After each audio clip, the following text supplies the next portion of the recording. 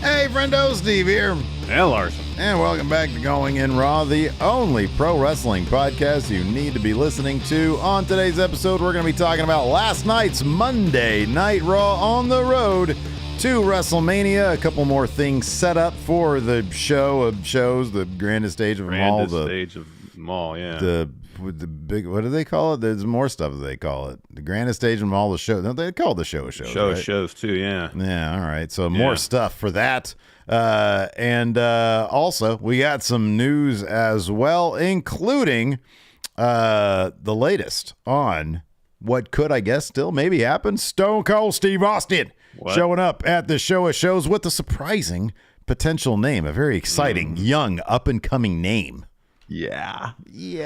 But before we talk about that, let's talk about Bray Wyatt and where he's been. So following reports that Bray Wyatt missed or no-showed or was pulled from this weekend's Madison Square Garden house show, all sorts of rumors started to fly about his WWE status, with Wrestling Observer contributor Ryan Frederick reporting that Bray was out due to, quote, creative issues, and his match against Lashley had been pulled from the WrestleMania card.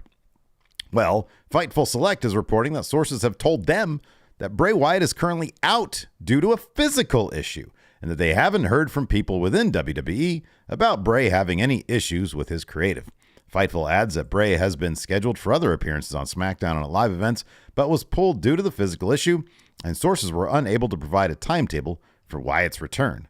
On the latest Wrestling Observer Radio, Dave Meltzer himself confirmed that Wyatt is dealing with some sort of physical issue and that his match against Lashley would still happen at WrestleMania, saying this: "From what I understand, the match is still on for Mania, and Wyatt should be back very soon, so we'll see." That's pretty much all I can say. There is something to it, but I'm not at liberty to discuss it. As far as I know, everything that I've been told is that it's not a creative issue or anything like that. So, our best goes out to Bray Wyatt. Hopefully, whatever this physical issue is gets resolved so we can see him back at WrestleMania. His creative has been a bit up and down since a really, really compelling return campaign that they staged, and some interesting potential stuff with the Uncle Howdy stuff. But overall, be it that they chose Bray Wyatt, the guy who has, the sort of, a lot of people, myself included, have felt over the past 10 years this guy could be heir to The Undertaker with the amount of mystique that he's got behind his character and the obvious creativity that he brings to the table.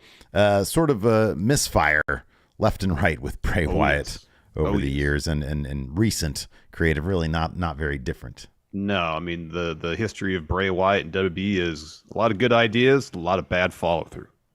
Or uneven follow-through. Yeah. I mean, the obvious high point in his career thus far in WWE was the Firefly Funhouse match, which was brilliant.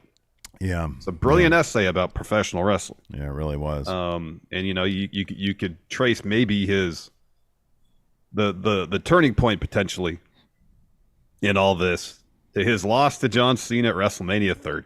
Yeah. If he had somehow won the match, or at least won the battle of ideas, and lost because he actually essentially made Cena cheat to win, that's good, compelling stuff. Yeah. But he lost the battle of ideas, and he lost the match too. And then from that point, it was like, all right, why should I take this guy seriously?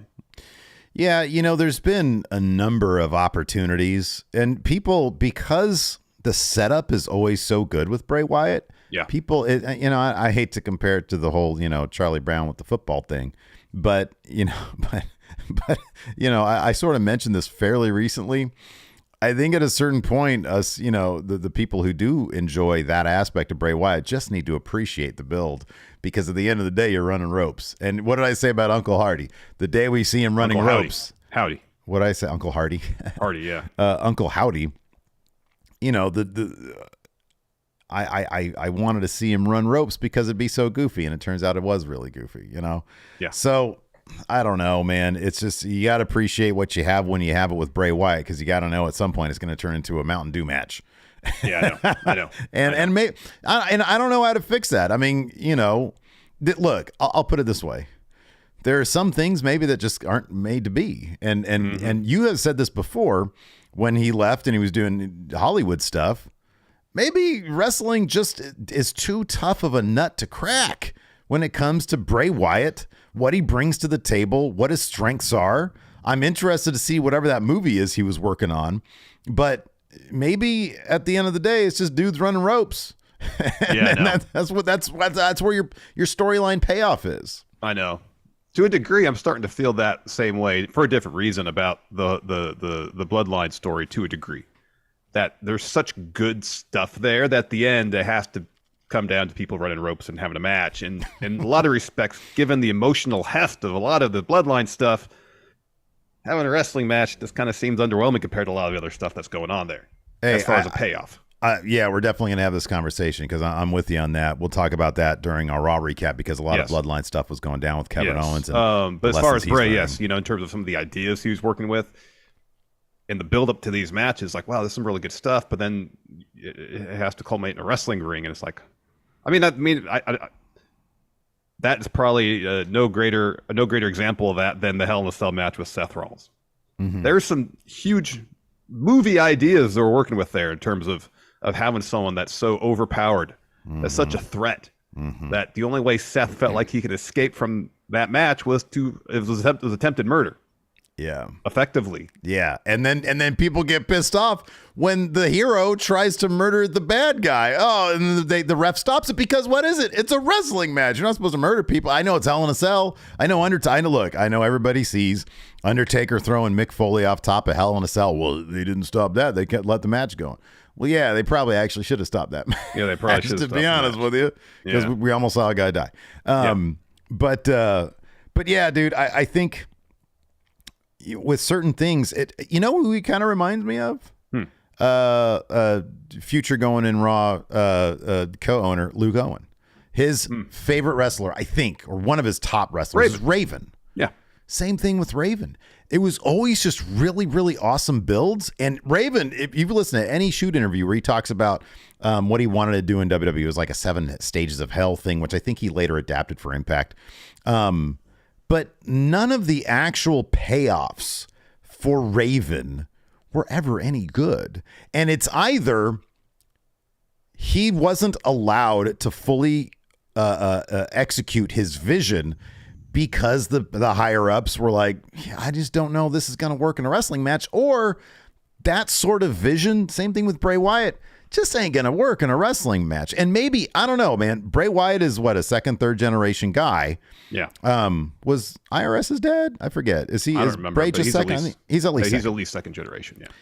Maybe Bray's like, hey, I just want to do a bunch of cool shit, and then pay it off in the ring where we're running ropes. Maybe he does get that, and it's just like, it's all about reinvention for him. Let's just keep on pushing the envelope and seeing what interesting stuff we could do in pro wrestling, and people got to be happy with that. Yeah. But they're not. They never are, really. Yeah. Yeah. So I don't know if that kind of thing is ever going to pan out, but I think as long as he continues to like reinvent himself in interesting ways, people will continue to be intrigued. And then when it doesn't pay off, people are going to still be saying, this never works, And then he'll reinvent himself again, and the cycle will begin anew. Right. You know, it's been ages. He's done this a lot. Yeah. Yeah. Some of the reinventions have been small. Some have been pretty major. Mm-hmm. So, yeah. Before we get to Raw, let's talk about this. Yeah. Let me talk to you. So, LA Knight. He may have taken that L last night to Cody. But according to WrestlingNews.co, LA Knight, may be in line to get a major push after WrestleMania. WrestlingNews.co is reporting that, quote, we're told people in positions of power in WWE are very happy with his work, and they are very happy with the crowd reactions he is getting at live events, and the belief among those we spoke to is that Levesque wants to do more with Knight after WrestleMania. Another thing we were told about Knight is that people in the company were very happy with how he handled the creative presented to him for his feud with Bray Wyatt. Some felt the storylines would hurt him, but he ran with everything that was presented to him, and that has not gone unnoticed. And then Fightful Select mentioned in a report about WrestleMania pitches made to Stone Cold Steve Austin that LA Knight, was a name pitch for the Texas Rattlesnake to have a match at the grandest stage of them all. So it seems, based on that alone, based on that alone, if pitches were made to Stone Cold to face LA Knight, pretty clear people within WWE are high on LA Knight, and for good reason, because that dude gets himself over regardless of what he's given and regardless where he is. Man, this is not surprising. It's awesome and very just validating as a fan of LA Knight, as a fan of Eli Drake going back to Impact and his time in NWA for that brief moment of time when NWA was actually pretty cool. Seemed somewhat relevant, yes. Right, yeah. This is awesome, not surprising and validating because this guy does get himself over. One of our friendos, Abigail, sent over to my Twitter account an LA Knight promo for Madison Square Garden. He's got the crowd in the palm of his hands. He's just out there delivering a promo. He's got the crowd in the palm of his hands. And to see him out there, no selling everything Stone Cold. This is, it's funny because a lot, if this is true that people in WWE thought that the Bray Wyatt thing might hurt him creatively, he came out of that better than Bray Wyatt did. Oh, yeah. To look in the face and no sell every bit of Bray Wyatt's mystique. He's the one guy who did not give a shit about Bray. Everybody else sold for him. And LA Knight, in his own way, it just, if Brock Lesnar and Bray Wyatt actually had that feud, and Brock Lesnar sold it, it would be disappointing. It's like, come on, Brock. But it makes sense for the character of LA Knight to be so oblivious to like spooky stuff. That's his character. He's oblivious to anything that's not LA Knight. He's oblivious to any barrier in front of him. And like you said, anything that isn't LA Knight, he's oblivious to it. And it works so perfectly. It's so great. It really does. I think that's terrific. I'd love to see him out there with Stone Cold. He might be the one person that John Cena couldn't give cryface to. I know. He might give John Cena cryface. The character of LA Knight is not self-aware enough to have cryface. Right. Yeah, exactly. And it's something else. It is something else. I really hope they do find something for him. He's really, and again, he's just doing this himself. He wants that LA Knight, it can't be an LA WrestleMania without an LA Knight. And I don't know what they're going to find for him. If it's not Stone Cold, they got to find something for him. I know. They got to find really something do. For him. They really do. They really do. Yeah. Yeah. If he's impressing people in creative and management and is getting himself over, then they're going to do stuff with him. Mm-hmm. Is he going to be world champion? Probably not. Not right now, at least not anytime soon. But see him involved in major storylines, and if he's consistently involved, he's going to get more and more over. I know. Yeah. Yeah. I'm going to throw you a conundrum here. I'm going to throw you a tough one here. Sure. Post-Mania, Gunther's looking for his next Intercontinental opponent. LA Knight shows up to answer the challenge.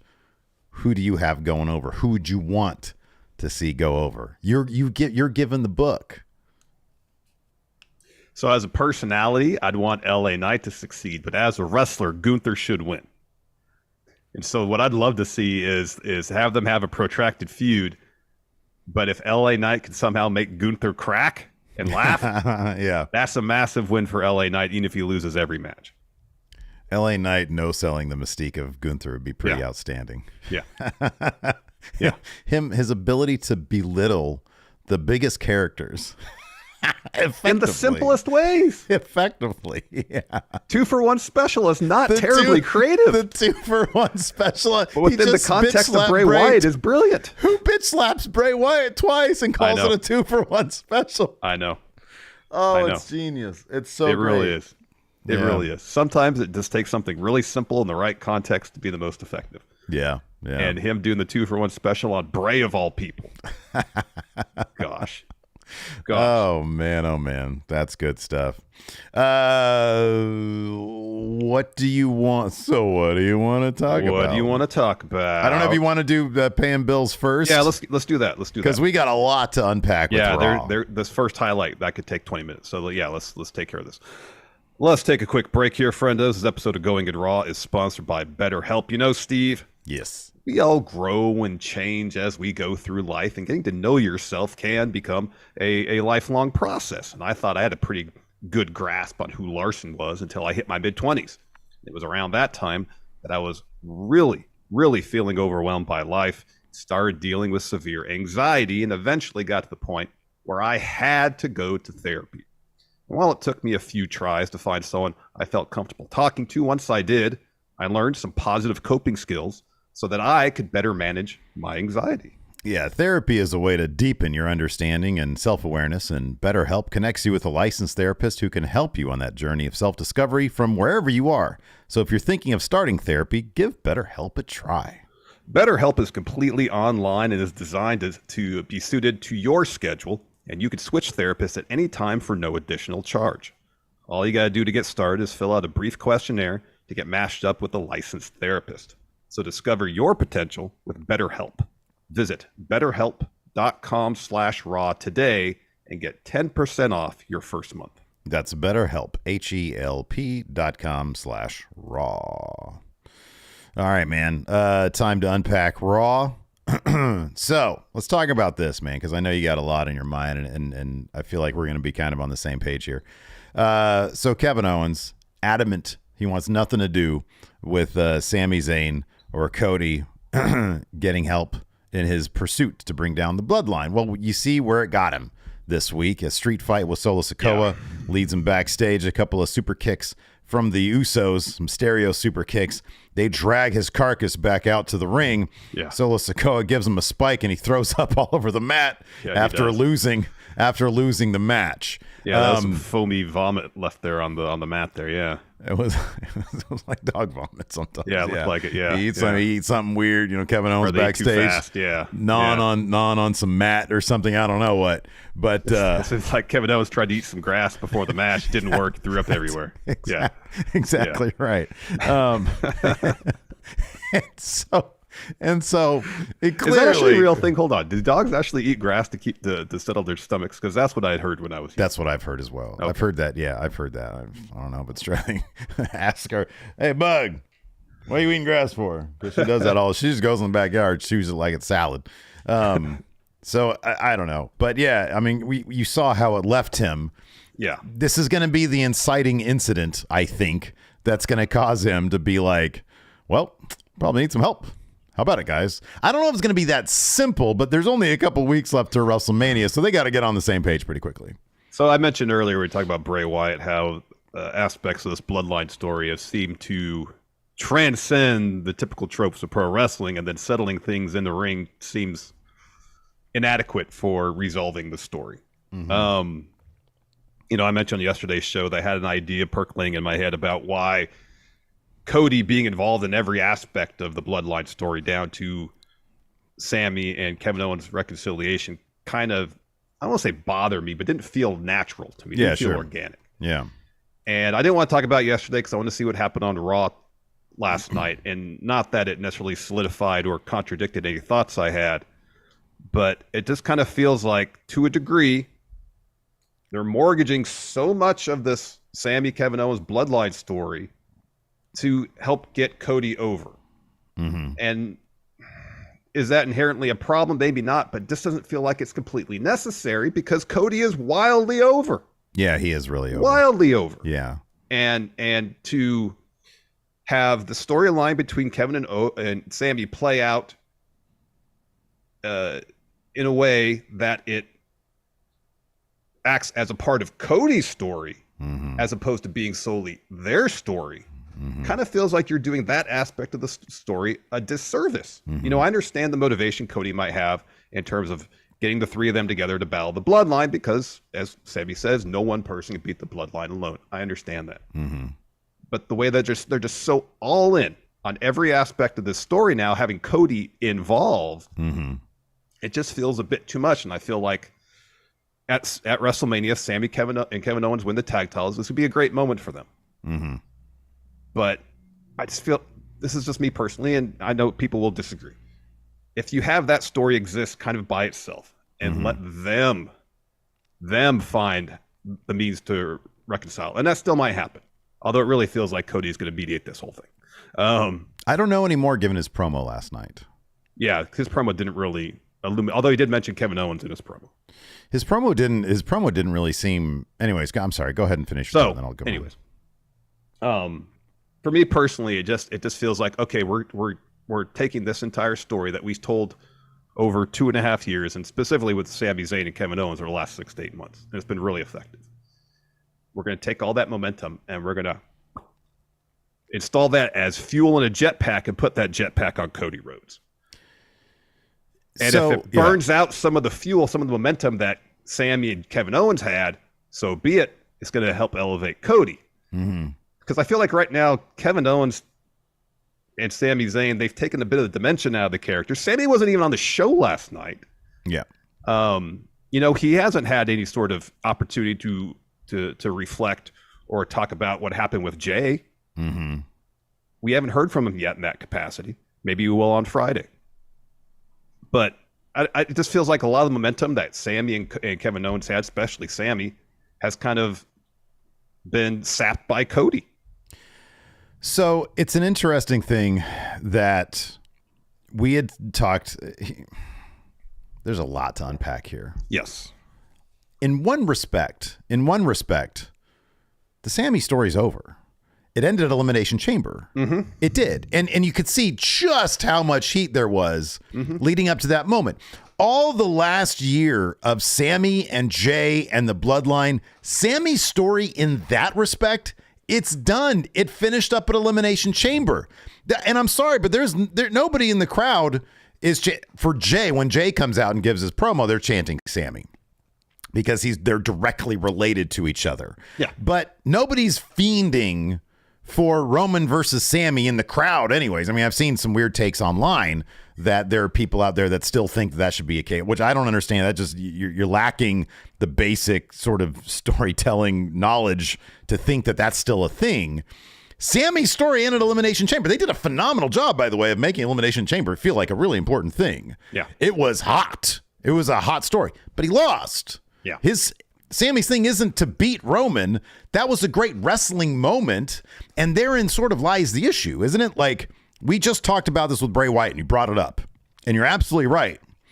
This isn't a Scorsese movie. There are aspects of the characters that have transcended traditional wrestling to come off that way. Jey Uso, number one on that pile. Yeah. Sami Zayn, Roman Reigns is phenomenal at character acting in and out of the ring. They all are. They have all done their job to like the best I've ever seen in wrestling. These people are performing. Yeah. But the natural storytelling process in pro wrestling ends with people running ropes and monthly pay-per-views. So it's not like an HBO series where you can tell a story over 6 episodes or 10 episodes, and then you got a season break, or you got a break, and then you go back for more.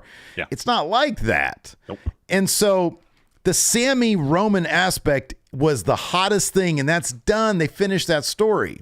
So now we're pivoting to the next thing, and that is Cody. Now, I personally feel like the thing that bothered me about last night, I think that in terms of telling that pro wrestling story, I like that Sami wasn't there simply because it illustrated what they wanted to illustrate. Kevin Owens doing it on his own results in him laying in a puddle of his own vomit.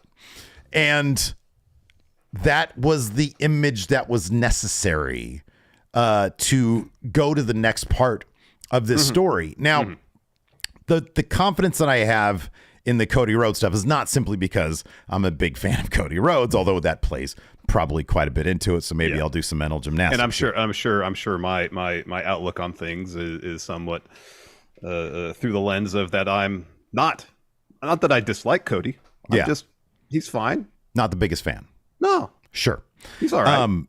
So the only thing that really bothered me last night was Cody's post-match winded promo, where he essentially said through winded breaths that my whole career from the get-go has been personal. It was a wonderfully worded promo that kind of didn't seem to extend his original thesis, which this isn't personal. I just want some wrestling titles. I know. What I felt like should have been the point last night was this wasn't personal, but you fucked up and made it personal. Yeah. You brought my dad and my family and my whole career into this by sending Heyman after me and talking his talk. So now I'm going to fuck with you guys. So yeah, I'm going to get them involved in Kevin Owens and Sami Zayn, which by action is what he's doing.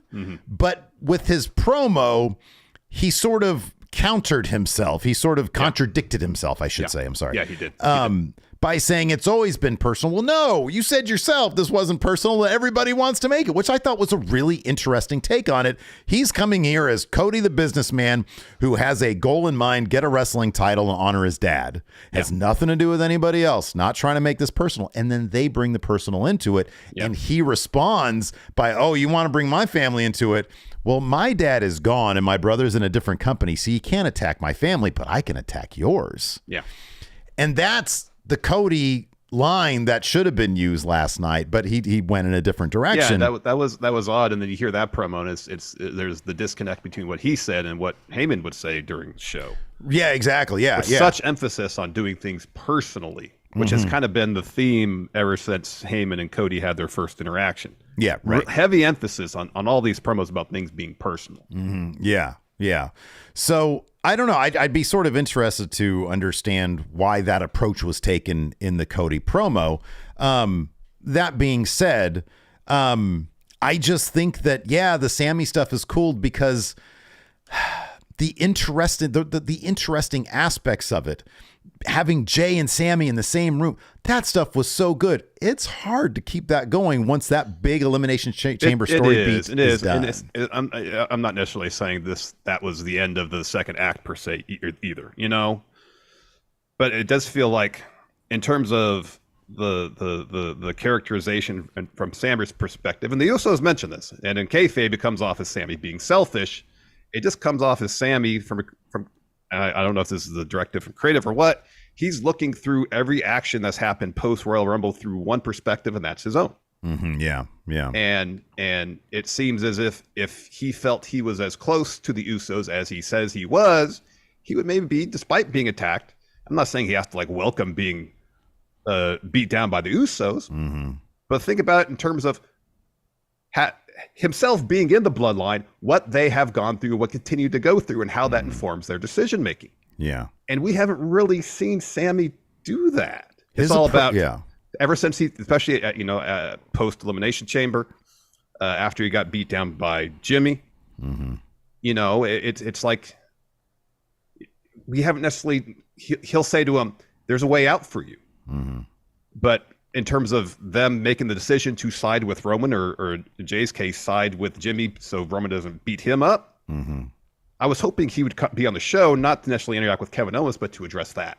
Yeah. Because if he feels like he is really close with Jay, and as Jay said, Sami, you brought out you saw the good in me when no one else did. And I felt like that hug that Jay gave Sami meant something. It wasn't a setup. Sure. No. Yeah, I agree. Yeah. That Sami be like, okay, I have to reevaluate how I approach things.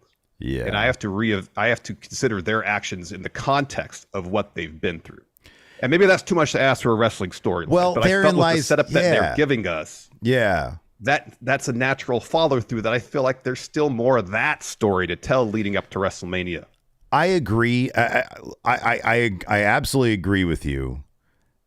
But with this, I wonder if it's this. There's this much of time, this amount of time left, and you got to have a good guy and you got to have a bad guy. I know, and it shouldn't be the case in this story because Jay's points are sound. Yeah. Sami was acting fucking selfish. Yeah. I'm gonna destroy the bloodline. Fool, we are the bloodline. I know. This is my entire family. You show up, you fuck things up. I embrace you, and this is what you do. It's incredibly selfish. Jay has good points. He's not the bad guy here. So does Jimmy. Jimmy had good points too.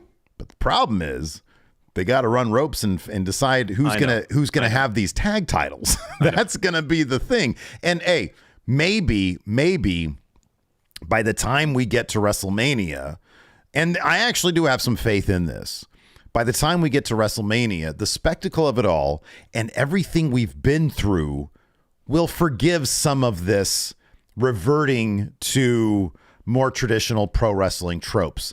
Getting to the point, Sami and Jay face to face in the ring with each other. The moment when they make contact, Kevin Owens in there with Sami Zayn, just the sheer history of it, I think will be enough to overcome that level, the drop off, because following up from everything we got up to at Elimination Chamber, that ain't easy. I'm shocked that they got to where they got, because holy shit, that was really good stuff. But so I do think that that's going to carry it into what's going to feel like a big moment. And here's the thing. What does Triple H excel at? Match finishes, the finishes to story. So maybe if he's stumbling a little bit here in the third act, maybe they'll nail the landing when it comes to the tag match, and when it comes to the finale with Cody. I think at this point, nailing the landing is getting the moments right, even if the build to the moments hasn't been perfect. And the setup has been so good that if you kind of just rely on the setup up to, like in my mind, the finish of the Royal Rumble is the peak of the story. What happened after that match at the Royal Rumble with the Bloodline and Sammy, was riveting. It was heartbreaking. It was everything good storytelling should be. Yeah, right. Absolutely. And the way that was reflected at what happened in Elimination Chamber was fantastic too. And when you, and granted, we went to film school, and maybe since we have a background in that as opposed to strictly wrestling storytelling. Yeah, right. Yeah. When we see setup like this, we're like hoping, okay, now deliver the rest of it. Yeah, right. But they have to deliver the rest of it within the tropes of the world of professional wrestling, and there's just kind of maybe a mismatch there where some of the extended emotional beats are difficult to hit, because at the end of the day, as we say, people have to run ropes. and we'll have a moment where Sammy and Jay are across the ring from each other at WrestleMania, and they're good enough performers, they'll get the point across. Yeah. But it would be great to flesh out some of this other stuff that feels like should be going on that they haven't really touched on yet. Yeah. And there is still time. There's still a number of weeks. Yeah, there's like 3 weeks left. Yeah. Roman's back, on SmackDown this week or Raw next week? He's on Raw on Monday. He's on Raw on Monday. Okay. What are they going to do? Is he's supposed to be on? I know he's supposed to be on SmackDown this past Friday. Yeah, I wasn't there. And he wasn't there. So I wonder if he's just taking more time off. And who knows? Some of you do also have to keep in mind that it is live television. Roman was advertised. At some point, people thought he was going to be there. Yeah. And he wasn't. And who knows how that affects things. You got to account for contracts and schedules, et cetera, et cetera. And maybe some of it is, hey, we're doing the best we can with what we got. Yeah, that's entirely possible. But, along the way, the stuff has been so strong. Yeah. I was shocked they kept it up as long as they did. And it has cooled off a little bit. And that's a fact. But Cody getting on that mic, that crowd is hot for him. Oh, that crowd is hot for him. There's no debating that, no. And the idea that at WrestleMania we could get that moment where Jay makes a big decision when it comes to helping out Roman or not, and that could lead to finally Cody, or not Cody, but the bigger story is Roman losing the title. Doesn't matter if it's to Boogs or who, but Jay making the decision leading to the collapse of the bloodline. Yeah. Roman losing those titles, which is basically everything. Yeah. That's going to be a huge moment. That's going to be a huge moment. And I'm happy they gave Jay that moment on SmackDown, where, one, explaining one's actions after betrayal, whatever, is a pretty typical trope, but not just the explanation of it, but his performance explaining it. Yeah. Was an opportunity, post Elimination Chamber, for one of the characters involved in this bloodline story to really flesh out not just what they did, but why they did it in the full complexity of it all. And it just feels like post Elimination Chamber with Sammy, and to a slightly lesser extent Kevin Owens, all that really good, nuanced, complex stuff. Well, they kind of feel like, well, that's not necessary anymore, because let's just put that all behind Cody. And that's what I mean. It doesn't feel organic, because if we're watching a TV show and this is the story they're telling, and granted they have an hour on a weekly basis from anywhere between 10 and 22 weeks, depending on the show and where it is, to do this work. And it's just not happening right now, because it seems like the focus is so much more on building up Cody and Roman, which I guess the main event of WrestleMania, they want to build it up. Yeah, that's a big deal. Yeah. Yeah. I don't know. I don't know how much of it is a conscious effort to put it behind Cody. I just think that after you went where you went with Elimination Chamber, I'm not sure how much more. I mean, I know they could mine a lot more, but again, when you're dealing with, okay, we got so many weeks to get Sami and Kevin Owens on the same page. You know, how are we going to do that? Mm-hmm. And this seems to be what they came up with. So yeah, I don't know. It's sort of interesting to see it play out. But yes, it's cooled off. But Cody is. He's massively over. And massively over. He would have been massively over whether he raised Sami Zayn's arm last week or not. You know, some of the visuals are just like a little over the top. You know, It's like, and I'll joke about it, but I agree with you in that it doesn't seem to be the smoothest, approach. But I don't know. My thing is, if they don't do that stuff, it might come off as a bit undercooked. You know, at the end of the day, it's pro wrestling. You know, John Cena comes out there raising somebody's hand. It's just, that's pro wrestling, you know? Yeah, I mean, that's not the aspect that really bugs me per se, because that seems fitting with what we've seen on John Cena on television, you know? Yeah, but just the general idea of putting so much behind Cody to get him telling the crowd, showing the crowd. This is the guy. I'm with this guy. I like this guy. That's why you should like me. And it's just, it's a different approach to how I like stories to how it's being told here, and I thought it'd be more powerful if we just saw Sami and Kevin Owens come to the realization that maybe we are better together. I think they're going to come to that realization soon, because Kevin Owens was left in a pile of his own. Yeah, I know, but I guess my concern is like, again, without Cody, is Cody going to be there mediating but dude, the whole thing? I'll be honest with you, I sort of disagree. I liked the idea of Cody would not have done this unless, like, that's why he's so overt about it. He wouldn't have done this, but Heyman had to open his mouth. Roman had to do a Dusty impression. And so Cody's like, well, fuck you guys then. I'm going to make this as overt as possible. I kind of like that, because it's sort of rubbing it in the Bloodline's face. I understand that kind of does make sense to me. I'm not saying it doesn't make sense in terms of character's motivation. I'm just saying for the moment when we finally see Kevin Owens and Sami Zayn together, working together again, to have them make that reconnection and not rely on anybody else, I just felt like would be a more powerful moment. People are welcome to disagree. Hey, they could still go there, by the way. Yeah. I think they probably won't. But Kevin Owens being left in a pile of his own vomit, he might say, he might come to the realization himself, entirely possible. And I hope they go that way, because I mean, again, it's personal preference, but I feel like that for characters with such rich history together. Yeah, because so far it's fallen on deaf ears for Kevin Owens. Yeah. Cody, it hasn't worked. Cody's had to be the guy to come out there and do it himself. So let's talk about this. Talk about guys with history together.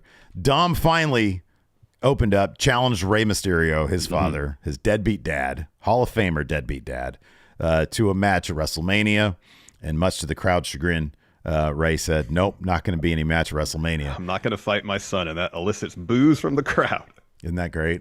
That's good stuff. That's actually really good stuff. Yeah. I thought Dom's promo last night, and I mentioned this in the pre-show, I had one small quibble with it, but there's nothing like a piece of shit who's making all these good points. I know. And that's what Dom is doing this entire way.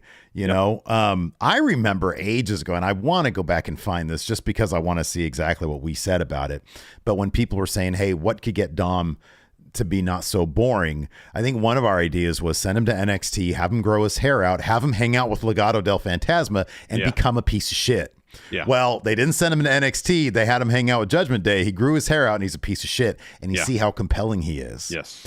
And the only line in his promo that bugged me was the line about, you got me a BMW, not a Mercedes. Because that was the only disingenuous line that's not relatable. Yeah. Everything else he says about Rey, you built this Hall of Fame career by missing out on my life, my 8th grade promotion, which a lot of people clown, but that's a big deal for some people. Yeah. My 8th grade promotion, you said you were going to be there. Instead, you're at WrestleMania. That stuff is so good. And then to bring it to a level where, people don't really, I can't relate to my parents not getting me a Beamer instead of not getting me a Mercedes instead of a Beamer. But because every point he makes is so good, and that being the reason why Rey isn't going to, and I get that Dom has turned into a piece of shit, so maybe the petty things inform him a little bit more. Yeah. But Rey refusing to fight him largely because everything Dom is saying is absolutely true. And him saying, I still love you, but I'm not going to fight you at WrestleMania. What do you think is going to be the breaking point for Rey Mysterio to fight Dom at WrestleMania? So, Quoth the Raven here asks, will Dom attack Rey at the Hall of Fame? What if this match is still TBD officially until Rey's out there giving his Hall of Fame speech, and then Dom comes out and ruins that? And at that moment, Rey's like, all right, you're shitting all over me as a parent, as a man, as a wrestler. I can't abide by that. Wouldn't that be, it does not abide. Wouldn't that be something else? And here's the funny thing about that. It would totally validate everything Dom's saying, because Rey has been about career first, family second. And if the breaking point is him interrupting his Hall of Fame ceremony, then that's just playing it. That's just validating everything Dom is saying. Yeah. Which would track. There could be something to that. Yeah. That'd be pretty smart. I mean, them using the Hall of Fame induction as story already was smart. Was a smart move. Yeah. And it was a great idea. And I mean, that seems to be the natural follow through for it. Is he's out there, Conan inducts him, Rey's giving his speech, Dom comes out and interrupts. Maybe Dom has to be escorted off the stage. Maybe Dom attacks Conan. Remember Conan got stabbed in MLW? Yeah. Yeah. Maybe he stabs Conan. I don't know. I'm trying to think of it, because I think that's a cool idea. It really is. And like I said, it's like, man, big moment for Rey for his career. Dom comes out and he spoils it. And that's the motivating factor. It's like, oh man, that's pretty good stuff right there. I don't know if I can come up with something better. I'm trying to think of something, I don't know, family related. Dom's already interrupted Thanksgiving, Christmas. He's already done all that stuff. Yeah. I'm not sure how much Valentine's more Day, done all that already. Yeah. So, yeah.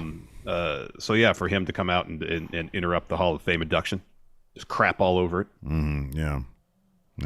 That could work. That could be the thing. Speaking of WWE Hall of Famers, Edge was on Raw last night, challenged Finn Balor to a match at WrestleMania, not just any match. Hell in a Cell. I like this because it's sort of, it's what we said it should always be. Hell in a Cell should be a big deal, not a pay-per-view. That's an obligation. Yeah. Yep. And then Finn kind of references possibly appearance of Demon Balor, saying, I've been to hell and they kicked me out because they couldn't handle my demons. Yeah, I kind of feel like, do you think that the actual demon aspect of it will be something that is going to be like an additional reveal on the go home or something like that? Like, this has got to escalate. You would think this is going to escalate even more as we get closer to WrestleMania. Demon's the obvious thing to do. Oh, yeah. Although I still like my idea of it's the demon spectacle, but it's just shitty Finn Balor, like the way he is now. Yeah, doing all that kind of stuff. Like, the pretense of him being a bit more, I don't know, adding the mystique in his demeanor. Drop that. Do the whole get up with all the paint and everything. Have the all that crap, the vortex and everything. But he comes out and he's just a piece of shit like he is in the Judgment Day. So maybe this is what it is. So Demon Balor just amplifies whoever. Oh, he's even shittier. Even shittier. Rather than we get beginning of steam. It's just shitty Finn turned up to 11. Oh, I like that. That's good. Yeah. I wonder. He did. I kind of doubt he would. WrestleMania. It's going to be. Triple H is going to load this up with spectacle big time. I mean, you've seen Triple H's entrances. He was Terminator Hunter. Yeah. There was that time he had like the giant statues of him or whatever it was. Yeah, the huge renders. Yeah, when he rode on the motorcycle. Stephanie, right? Yeah, and so I get the feeling this is going to be, he's going to pump so much into this thing. Oh, yeah. Especially with TV rights and the sale potentially coming up soon. They're going to have, if the negotiations are going to start soon, you better believe that some of these business suitors are going to be having the suites up there at SoFi for Mania. Yeah, you got that right.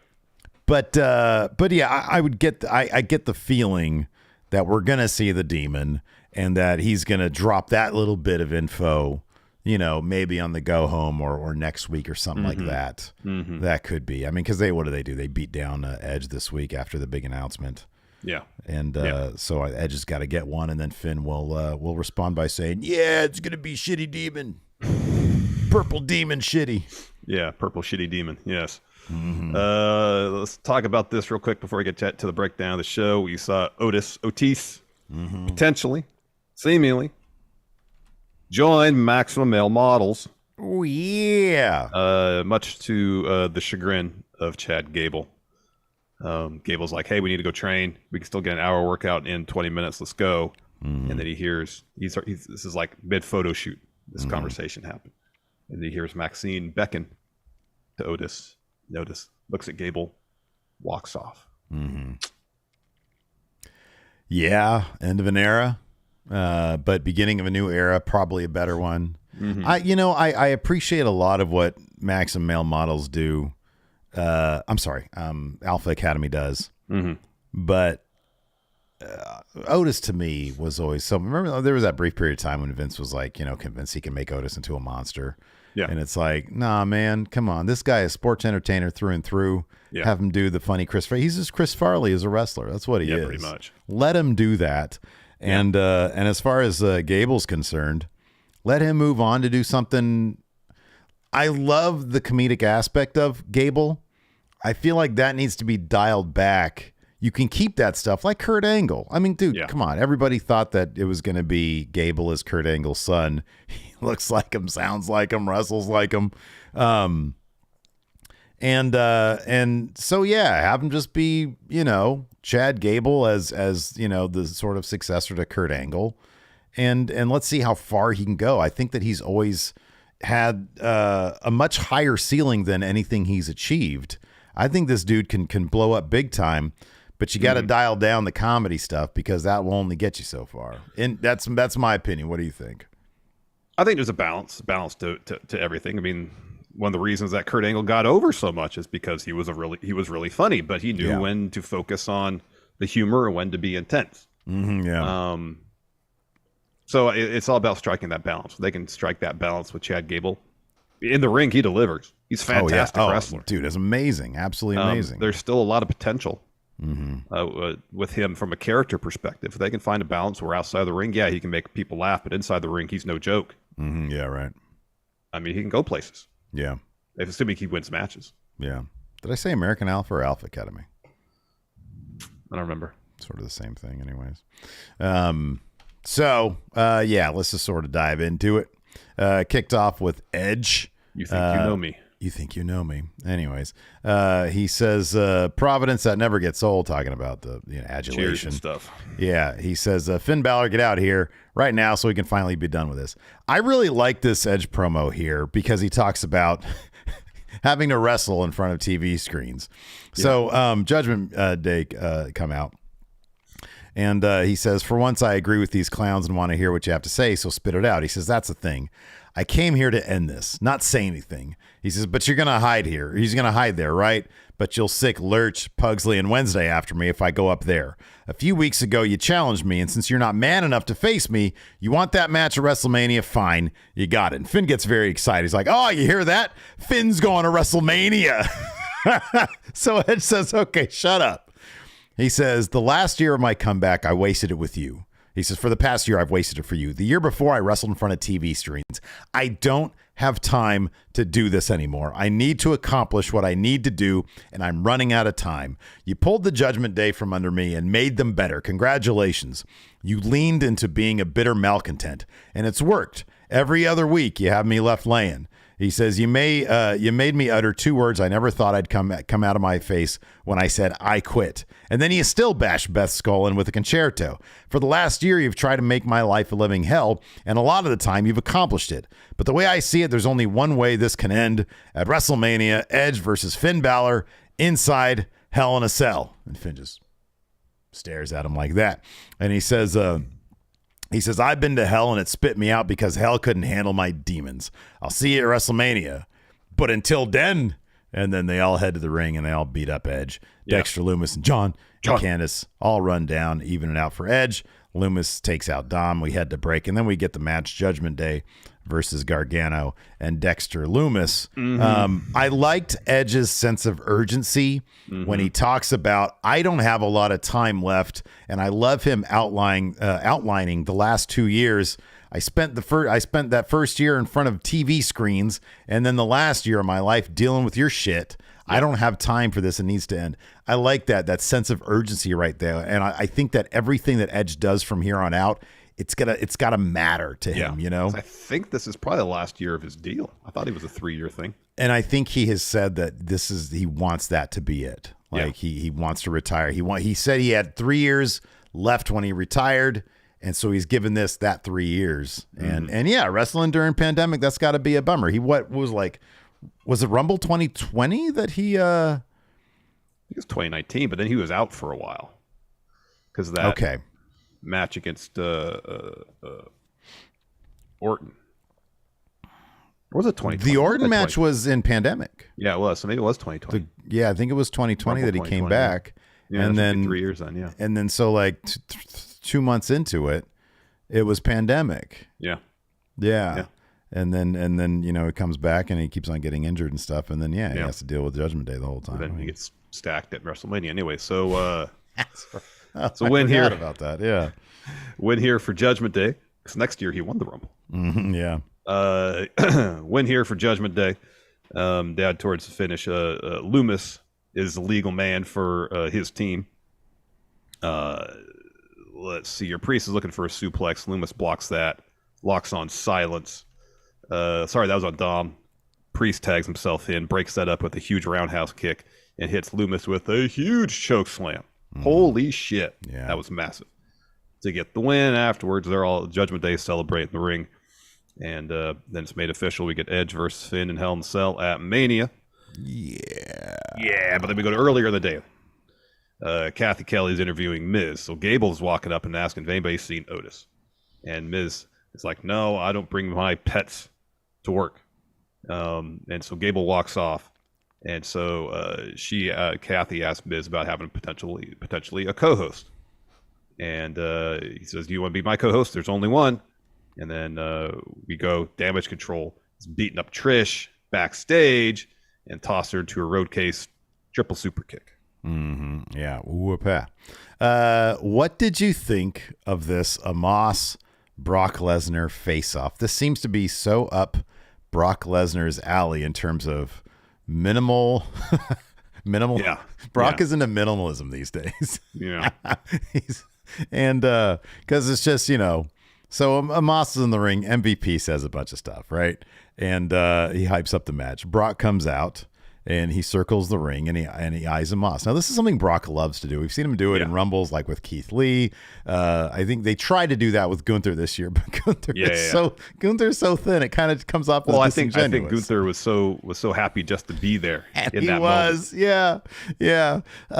But in this case, obviously, Omos being just a huge human being. Yeah. And so imposing, he makes Brock look small. Yeah. And we get that. And I like this. We get that. Omos puts his fist out at Brock's head right next. And Brock is like kind of taken aback by it. Brock's doing what he can here. He has his fist out and then he opens it up and he brings it down to shake his hand. And Brock kind of, make sure he's like, okay, let's see if this is legit here. He goes in to shake his hand. Well, Moss does the Superman 2 thing. He doesn't let it go. And Brock's like, what the hell? Well, Brock's a savvy vet. He knows what to do. He stomps the guy's foot.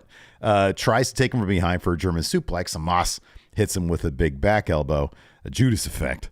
And then sort of clumsily tosses Brock over the ring, the rope rather, out of the ring.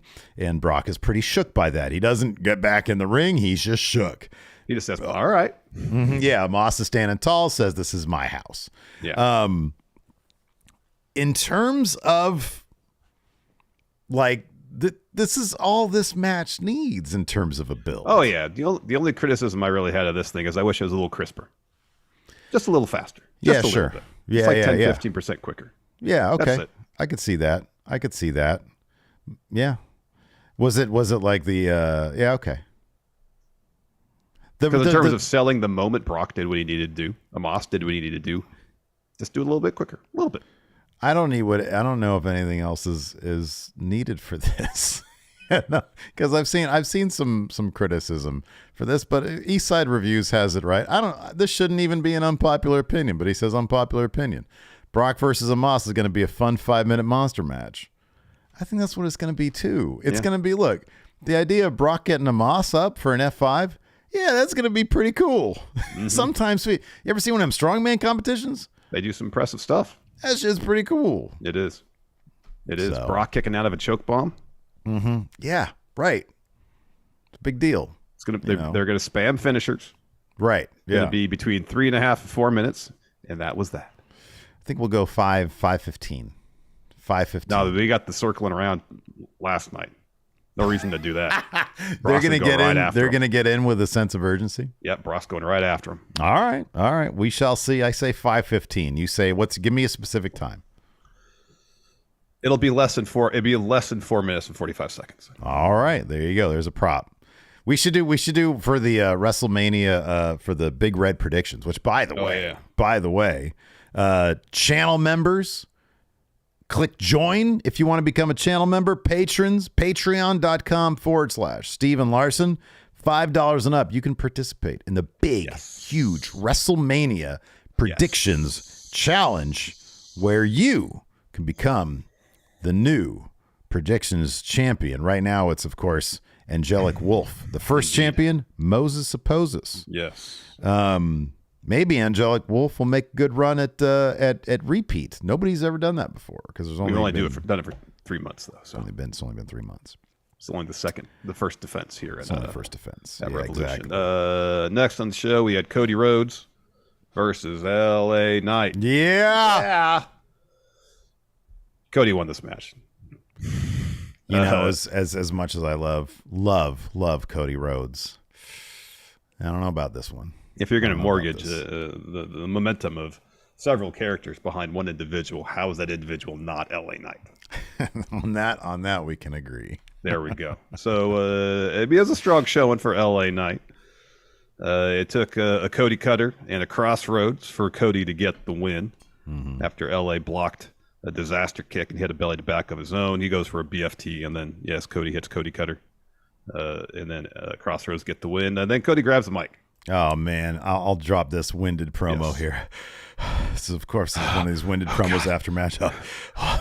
My lungs are burning. I just had to take on LA Knight. He's so electric. He says, I keep hearing these warnings from Mr. Heyman that I should stay out of Bloodline business. Let me reiterate, I do not work for the Bloodline or Heyman. Nobody's claiming you do, Cody. Yeah, I know. It's the second time he said that. Yeah, I kind of don't get it. He says, if I want to stand side by side with Sami Zayn, I can do that. If I want to come out here and fight alongside Kevin Owens, I can do that too. I also hear Mr. Heyman say, Gabagool, don't make this personal. What a joke. It's been personal since I first arrived this show at 21. It's personal week after week when I choke up and when you have to wear a suit of protective armor. And the reason I wear it is not because I am somebody. He's talking about his Armani suits. Yeah. He says, because I want to be somebody. Heyman talks about wanting me to acknowledge Roman. I do, damn it. But you need to acknowledge me. I'm not perfect, but my time since I came back to WWE has been perfect. I grew up thinking I was a prince in this industry, but I've got no crown, chip, or master sword, no undisputed universal championship. On April 2nd, when the sun goes down on Hollywood, it's going to go down on Roman's generational run. On April 2nd, it's not just those who've got Reynolds and Rhodes blood pumping through their veins. It's everyone who's followed me until the end, including you, Steve. He said that. That was shocking. He called me out personally. You haven't followed him through the end. There was a while you could barely stand Cody. Not true. Prove it. On April 2nd, I've waited my whole life. I will wait no more. Roman, I pin you. Stick you in this ring and become the first Rhodes to say undisputed universal WWE champion. So here's the thing. I just thought of something. When he says it's been personal to him since he was 21, maybe he's not talking about how this feud is necessarily personal. He's talking about he's had this passion for wrestling. The business of wrestling has been personal for him, not so much going after the title. I think that's what he's referring to, because he says, I come into this ring and I cry. I think he's talking about his personal relationship with the sport of professional wrestling as opposed to the one specific opponent. That could totally be. That could be. Maybe I misunderstood the promo. I was so enraptured with his windedness. His words, his eloquence. Yeah, his eloquence, the Shakespearean, way with which he talks. Through-winded promo, no less. Through-winded promo. Yes, it's through basically burning a song lungs. that he delivered in the ring, yes. Look at my cat back there, just having the best life. Just the absolute best life. Yeah. It is darn windy outside. I got to tell you what. After that, we had a Seth Rollins interview with Byron. And so he's asked about the knockout punch from Logan Paul. And Seth says, Logan, my man, Logan acting like he won the lottery. You know why? He did. He landed the shot of a lifetime. He knocked me down. But if there's one thing we've learned about Seth Rollins, that you can't keep me down. Then the Miz walks up. And it kind of scares Seth a little bit. And he says, you're jealous he knocked you out. You lost control of the narrative. That's what Miz says. What do you know? What do I know except I'm the host of WrestleMania and get privileged information next week? Logan Paul will host Impulsive TV live on Raw, and I am expecting to be invited. And then Baron Corbin walks up, asks about guest spots. He wants to be on Impulsive. Yeah. And Miz says, nope, Logan's booked up. And then Corbin's like, I want to be co-host of WrestleMania. Ugh. This elicits laughter from Seth Rollins. Miz says, I have a lot of pull, but not that much pull. So then Baron says, Seth, Logan knocked you out, but I'm a former Golden Gloves champ, so if I can give you some boxing lessons, get you ready for WrestleMania.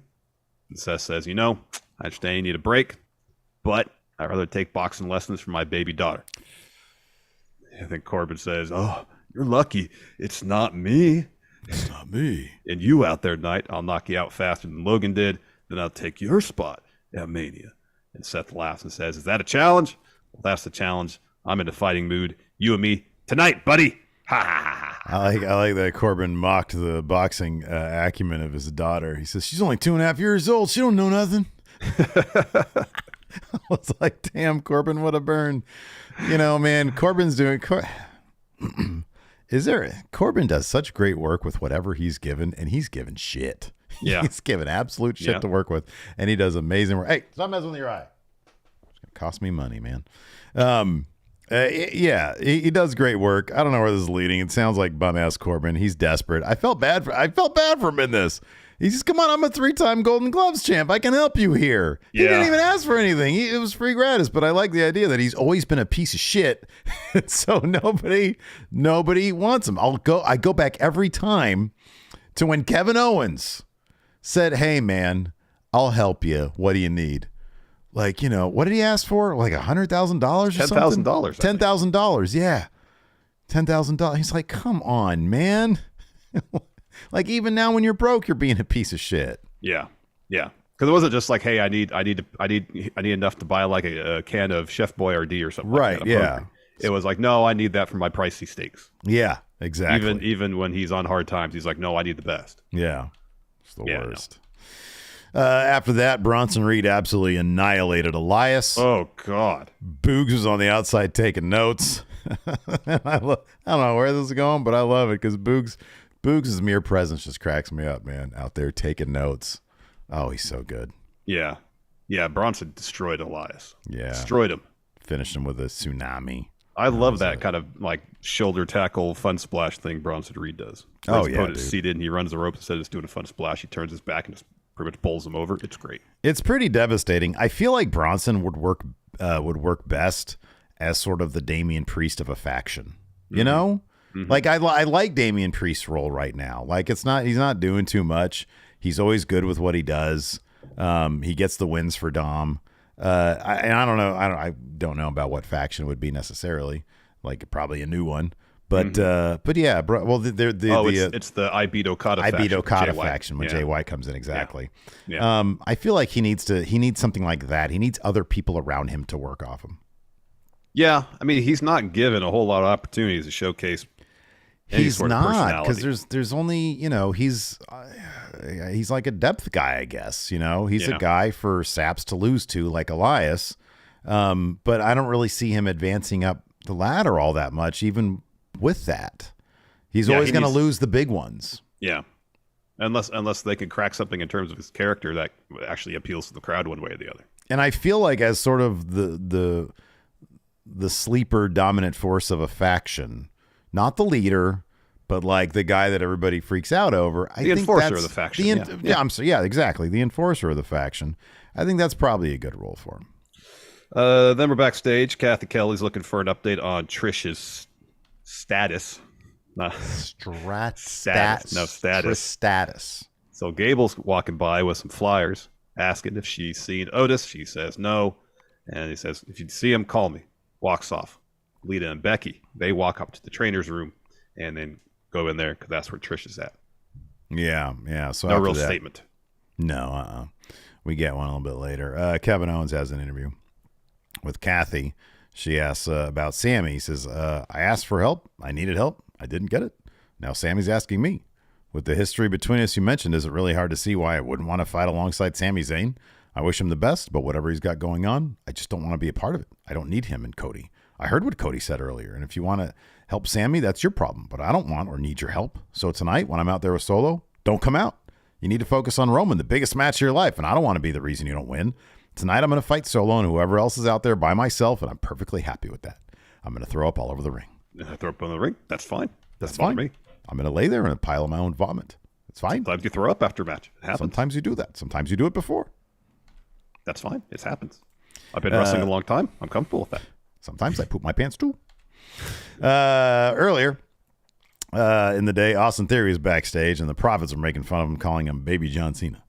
At least they didn't call him Fat John Cena like Triple H calls me. Oh, wow. Man, that hurts you, doesn't it? I like that he acknowledges me, at least.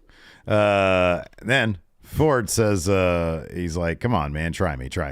And Theory's like, I hope you continue to be good at this, and we know What? I hope you continue to be good at this, and we know in a couple months you'll be unemployed. Last week, I got what I wanted, Austin Theory versus John Cena. John had a lot to say about me last week. He talked a lot in this, and he basically said, Ford, you're a clown. Dawkins, Ford is the weak link here.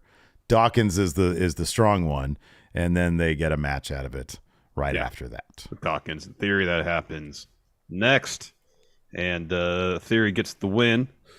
You put Dawkins in a one-on-one match, tag match, give him an opportunity to showcase what he can do, and damn, he impresses. Oh, absolutely. He's a terrific wrestler. Put him with Chad Gable as a tag team. Yeah. But a little more serious. Dawkins is great.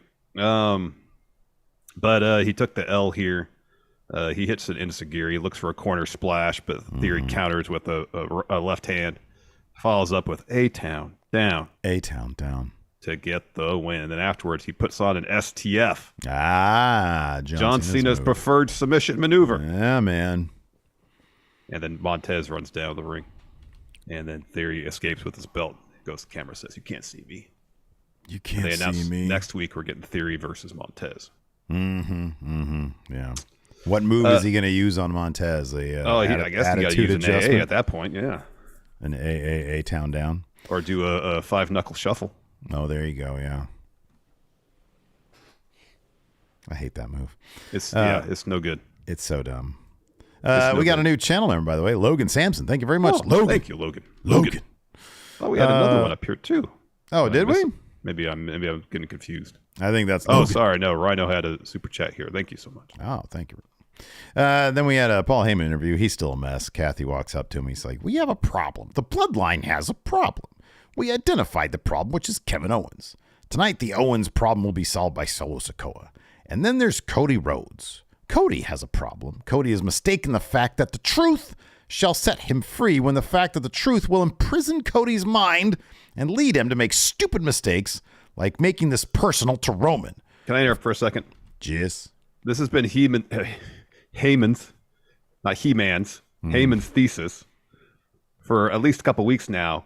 Yet when he first tried to implement that plan, Cody turned it around on him so quickly that Heyman was cowering in the corner.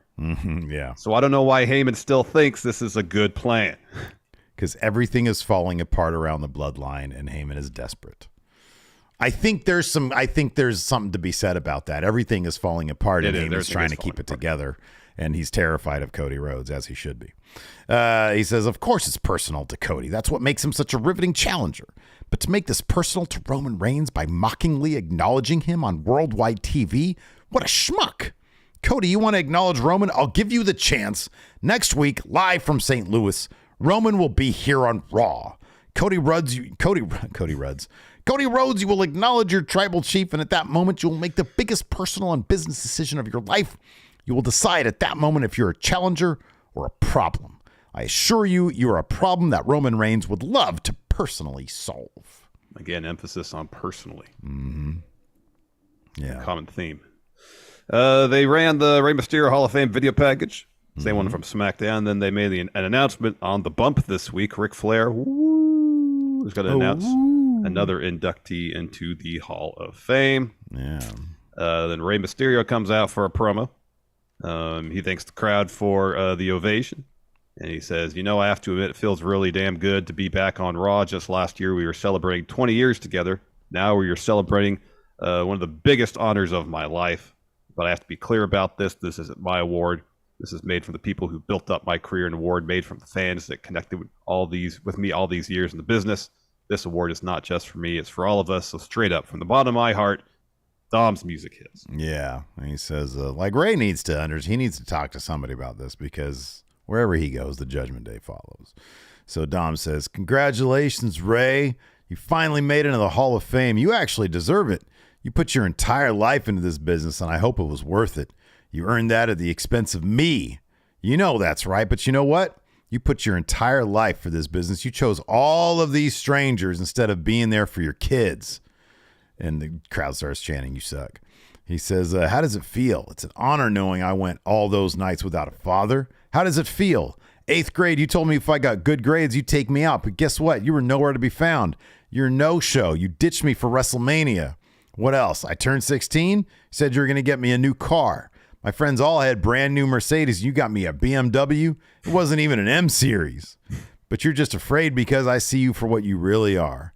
A sad, ugly excuse for a father. No, excuse for a man. And Ray says, take that back. And Dom says, you know what?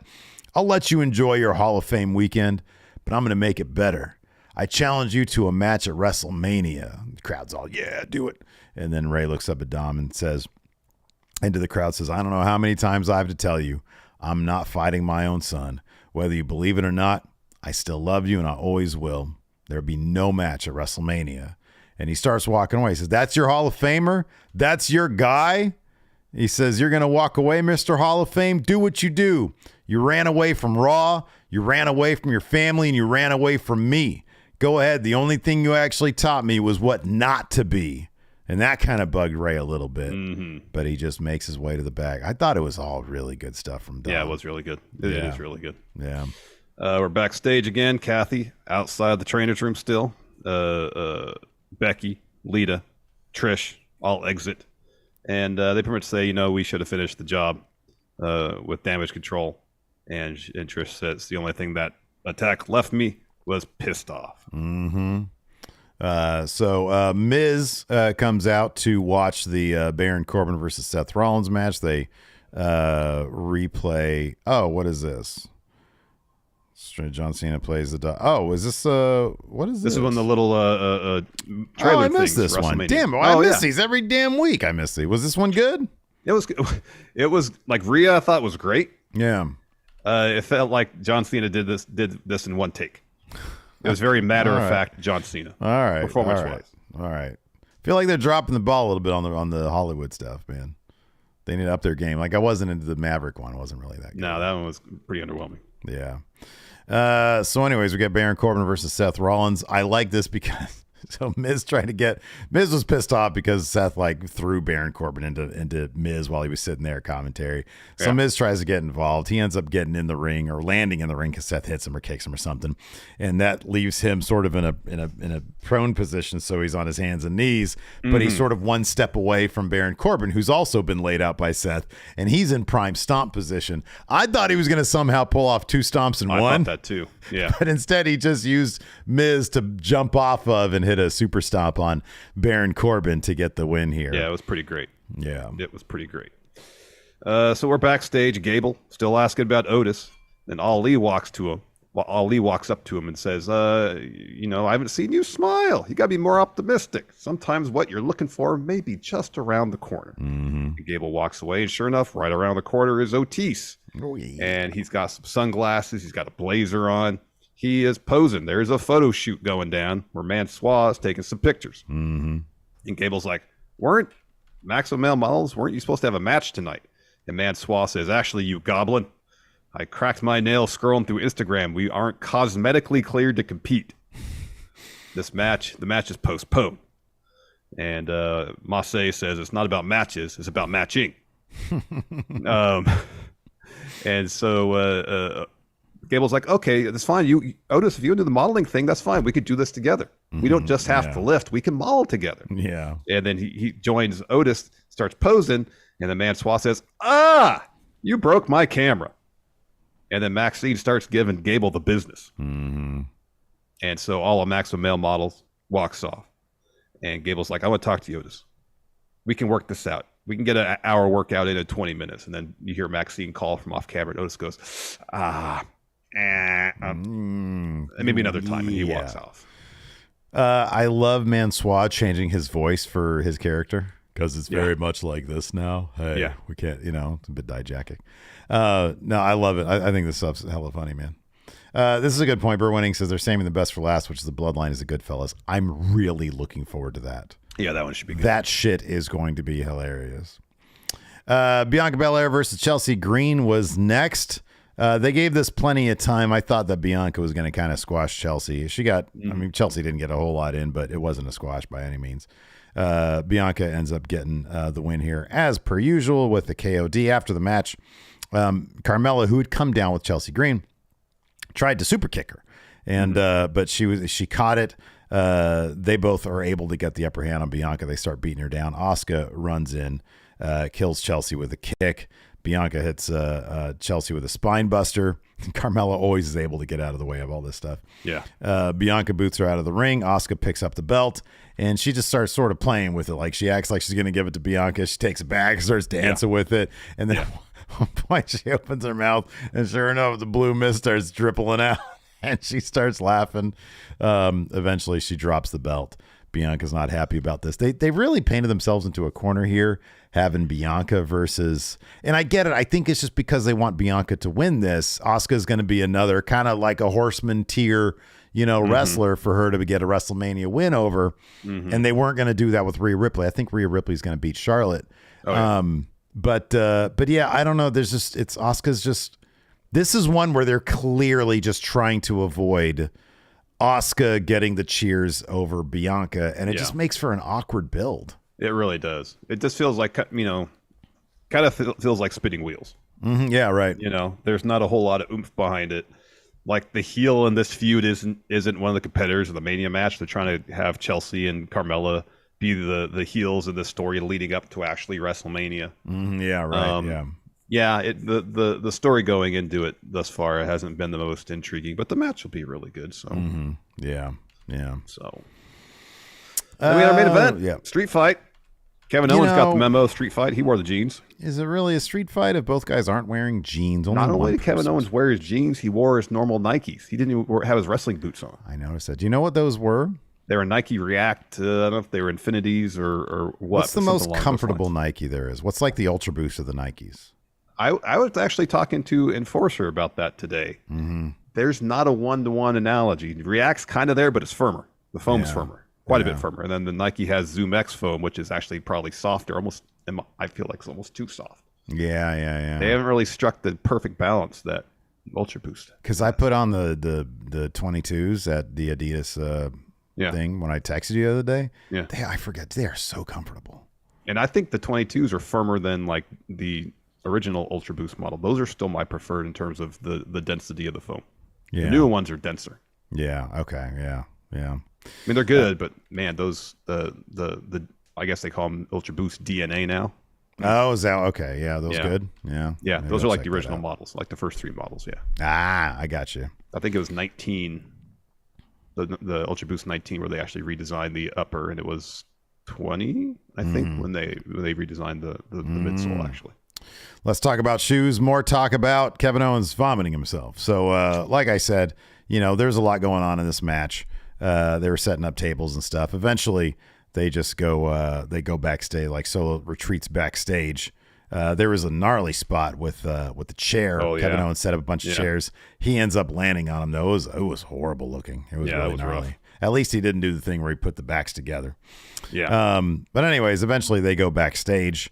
Kevin Owens goes to gorilla position on either side of the cameraman. There's Usos waiting. And you see the super kicks come like from behind the camera right in Kevin Owens' mush. And they drag his dead body out to the ring. And then Solo gives him a big Samoa spike. And then he throws. Yeah.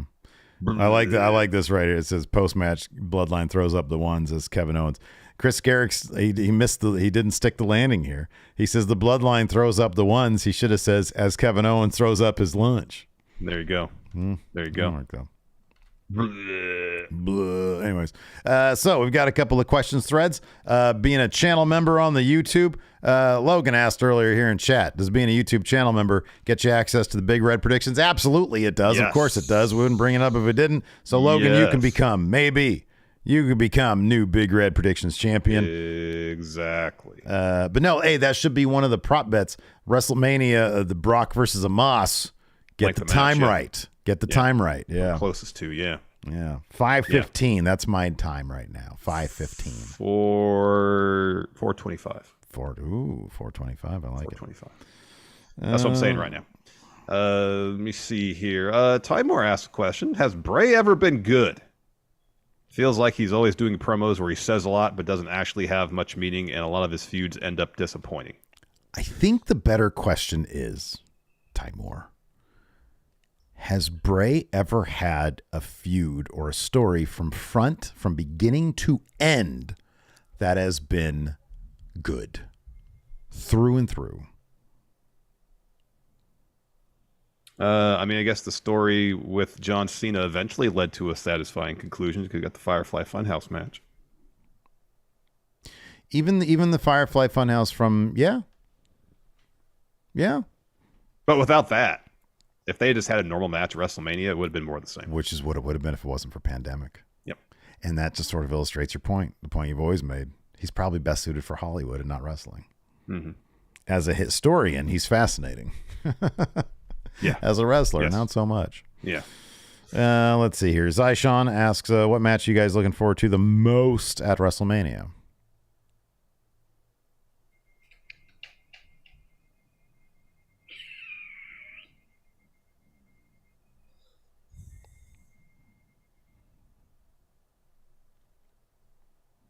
Oh, mine is Cody Roman.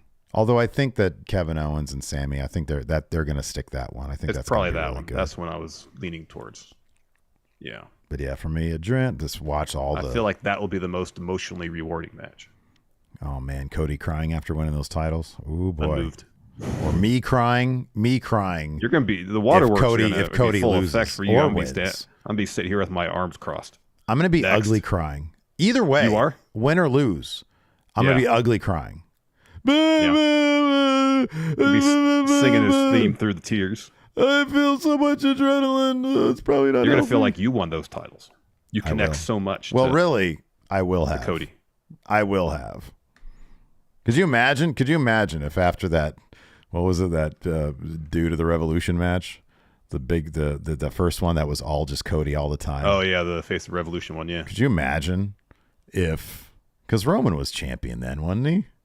He was at least one of them. He was Universal, I think. Yeah, at I think that he was point, Universal wasn't he? at that point, yeah. Could you imagine if at that point when Cody, after that debacle, if I was like, hey, guess what, man? A couple of years, he's gonna beat the next Bruno. Never would have thought it. Never would have thought it. Shavon here asks if Maximum Male Models approach going in Raw for a modeling job, what would be your modeling names? And who would be the Otis and who would be the Gable of the duo? Oh, they'd go after you, man. Are you kidding me? Those eyebrows of yours. What a handsome man you are. Oh, man. It's about the nicest thing they ever said about me. I know, right? Big dummy, but you're handsome. Thank you. I'd be Gable. I'd be like, hey, let me get in there. I'd be like, get out of here. Get out of here. Broke my camera. Fluffy says, for the next 2K showcase, what wrestler/moments would you like to see? I mean, I don't play the showcase, so I'm fairly indifferent. Make it all Cody, I guess. So make Steve happy. I'll be honest with you. I fucking hate showcase mode because it tells me what go. to do at every step. Get this guy in the corner and then do some crazy shit that you don't know how to do because you're a dullard and you just play this for fun. I hate the showcase. Yeah, I don't like it either. Steve, I will say this. You still got a pretty good head of hair on you. Oh, thanks, man. I appreciate it. Like, I have that one hair that grows like right here. That reminds me where the hairline used to be. Oh, I have the hairline reminder. Yeah, I got like a bunch like right here. Yeah. It's like, I used to be here, but at least I still have. I got the spot back here, but yeah, it hasn't changed that much over the last couple of years. It's a pretty slow burn for me. Yeah. Poe 456 says, do you guys think that the Theory Ford interaction will lead to a program between the two? I hope so. Maybe after WrestleMania, but not before. Yeah. Oh, yeah. Absolutely. Jack Napier, Steve, you want to give it to me, please? Anonymous tip. Napier's cleaning out Axis chemicals. Thank you. who would you want to retire? Brock Lesnar. Amos this year, baby. Wow. Yeah. Wow. Oh, man. I don't know. Theory, Austin Theory. Nah. Down the line. Who would really benefit? Austin Theory. Austin Theory. I don't. I mean, John Cena. As they present Austin Theory now, I don't see face a company in Austin Theory. I don't know. Probably like the biggest dude they got in NXT is Carmelo. Mm-hmm. Montez Ford. Have Montez retire him. There you go. Oh, Grayson Watt. Brock. He wouldn't be into that. Shanky. LA Knight, sorry. It's got to be LA Knight. LA Knight, sorry. Yeah. You know what? If he has a redemption story of any sort, Warm Soda has it, right? Matt Riddle. Yeah. If he ever comes around. Yeah. Yeah. Kyle here asks, if you guys were told to rate winded promos, what criteria do you look for? Enunciation through exasperation. You're so winded, so blown up after the match, but you're still able to enunciate. Yeah. I almost feel like to power rank the winded promos, the more winded, the better. Like Tony D's will forever be top. That's like the top because he was so winded. Oh, I know. You could barely make out the fuck he was saying. That dude, his shit was burning on the inside. His shit was burning. Odd Breakfast. What do you think is going to be the bigger pop at Mania? Cody Rhodes's "Whoa" or Sami Zayn's "Let's go"? Oh, it's going to be Cody's. The "Whoa" is a more like "Let's go" is it's too fast. Yeah. You know? The "Whoa" you can soak in it. Yeah. And Cody poses for it. He actually gets the crowd primed for it. Yeah, right. Yeah. No, it's going to be, at this point, Sammy's run out of enough steam. Well, people will sing along to the song and all that, but it's not going to be to the same effect of Cody's "Whoa." You know what I forgot to tell you? Huh. Yesterday, I was walking. I went on a long walk. I'm trying to get some exercise. I'm trying to be fit John Cena. Not as fit as he is, but And so when I was coming home, I was crossing the crosswalk just right over here. Yeah. And there was a bunch of cars there had stopped, and one of them and somebody leaned his head out of a car and said, "Hey, it's Steve." And I looked over, and it was a dude around early 20s. Yeah. Maybe late teens, but seemingly early 20s. Just dude, he looked kind of like a Kaufman without a beard. He looked like younger Kaufman. Gotcha. And I said, "Yeah." And he said, "You're Steve from Steve and Larson." I was like, "Yeah, what's up?" And he said, "I love your show, man. Keep up the good work." Aw. Right? That's so nice to hear. That's so nice. Thought he was going to say, "Hey, asshole." No. Hey, where are you going, old man? Hey, where are you going? Imagine, it's like I felt like Glenn Danzig carrying catnip, Yeah. Like I'm all winded and stuff. And I'm crossing the street. I got my phone and when you expect people are walking around, they're seeing you. You're like, "Oh, let me suck my gut in a little bit." I'm just doing me walking the street. It's like, God, Steve is really aged. Yeah. Yeah. At least you weren't doing, where you're tired, you're kind of bent over with your hands on your knees, trying to get your wind back. Yeah, at least it wasn't "Hey, Were you running? I was went for a walk. Oh, God. I have to drop my own winded promo. Yeah, at least it's not like 105 out in the middle of June. Yeah. And I'm just an absolute wreck. At least there was that. Cameron Bordalazzo asks, what's the worst possible outcome for WrestleMania? Gets rained out. Does SoFi have a thing? There's a roof. Oh, it does. Roof, okay. Yeah. All right. And it's in LA. That shit don't happen. Although I guess now it's probably pretty bad. Worst possible outcome for WrestleMania. Just development. If like Roman and the Usos both retain and it's just like, hey, more of the same bloodline. Yeah. Not ideal. Yeah. I think that your scenario of somebody's got to win and somebody's got to lose, or everybody loses everything in the bloodline, something's got to happen. Somebody's got to lose something. Yeah. Because that'll be some sort of, moment. I think honestly, the most fascinating thing would be Jay trying to fuck over Roman, but Roman still winning. Ooh. Mm-hmm. Oh boy. Jay's got to switch companies at that point. He's got to go to AEW at that point. Yeah, no. He's got to go to Impact at that point. Right, exactly. Yeah, he's got to get the new name and everything. Yeah. Let's see here. Oh, this is a good question. Jonathan Vieira says, what made Undertaker's gimmick work compared to Bray's?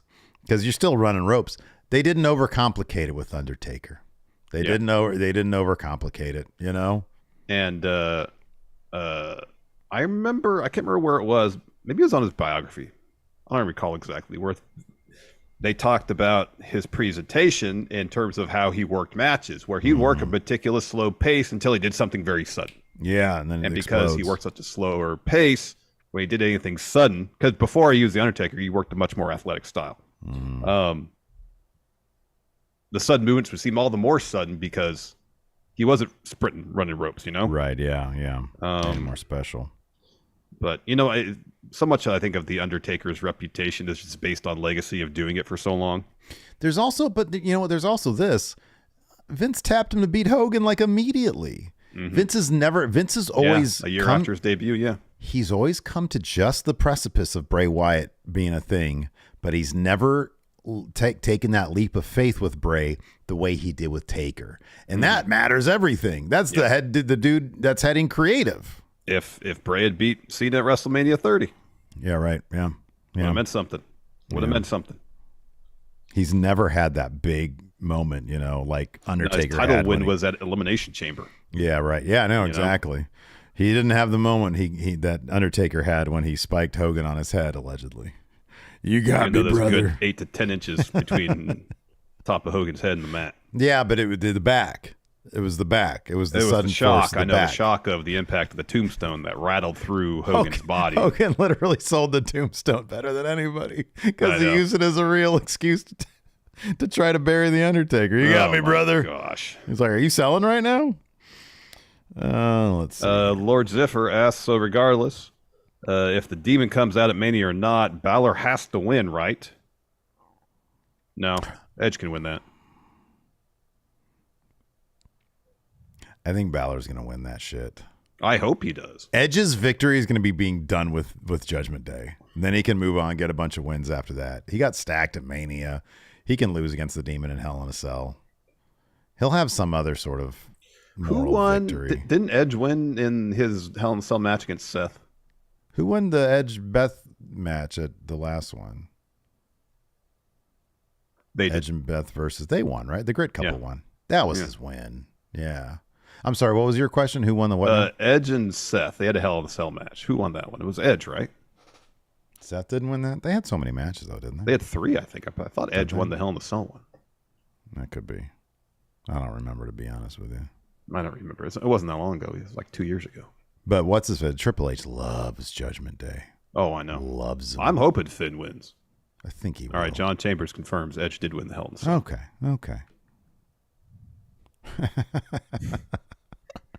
We'll end on this one. Adam David Dodd says, for Larson, who's the GOAT? Kim Gordon or Kim Deal? Ooh, that's tough. Sonic Youth versus the Breeders / Pixies. Yeah, because Kim Deal with the Basis and the Pixies too. Mm-hmm. Yeah, that's a toss-up. Both legends. Yeah. Yeah, very very diplomatic answer right here. Yeah, huge fans of both. Oh yeah, absolutely. Huge fans of both. All right. Well, on that note, thanks everybody for hanging out. We appreciate it. What time are we doing? We're doing My GM tonight, right? What time are we doing? Sure, yeah, 7:30. 7:30. Okay, so 7:30 Pacific, 10:30 Eastern. We're going to be doing some My GM here on the channel, on the Twitch as well. Thanks, everybody. Till next time, we'll talk to you later. Goodbye.